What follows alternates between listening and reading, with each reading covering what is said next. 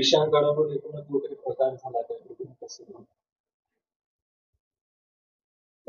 त्या विशाल गडावरचा इश्यू जो आहे तो आपण एक लक्षात घेतला पाहिजे की गडावरती अगोदर लोक होते त्यांनी अतिक्रमण केलेलं आहे हे बरोबर आहे, नाही असं नाही. पण अतिक्रमणाचा सुद्धा नियम आहे की तुम्ही त्याला ताबडतोब काढता येत नाही, त्याला रिहॅबिलेट करावं लागतं. शासनाने त्यांना असं रिहॅबिलेटचं प्रपोजल दिलं तर कदाचित त्याच्यामध्ये होईल. जो काही तिथे प्रकार घडला संभाजीराजे आंदोलन करत असताना आमच्या माहितीप्रमाणे असं भिडे यांचे जे सैन्य आहे, धारक जे आहेत, त्या धारकांनी तिथे दुर्गुस घातला असं आमची असं माहिती आहे.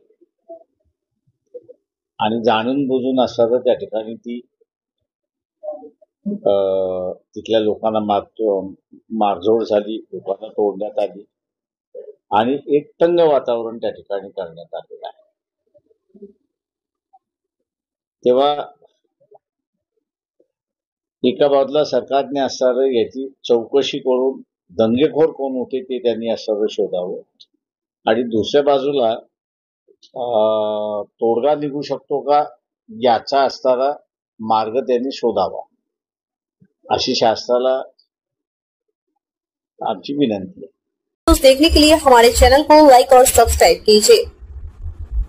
हमसे संपर्क करने के लिए 9049032007 पर कॉल या व्हाट्सएप कर सकते हैं।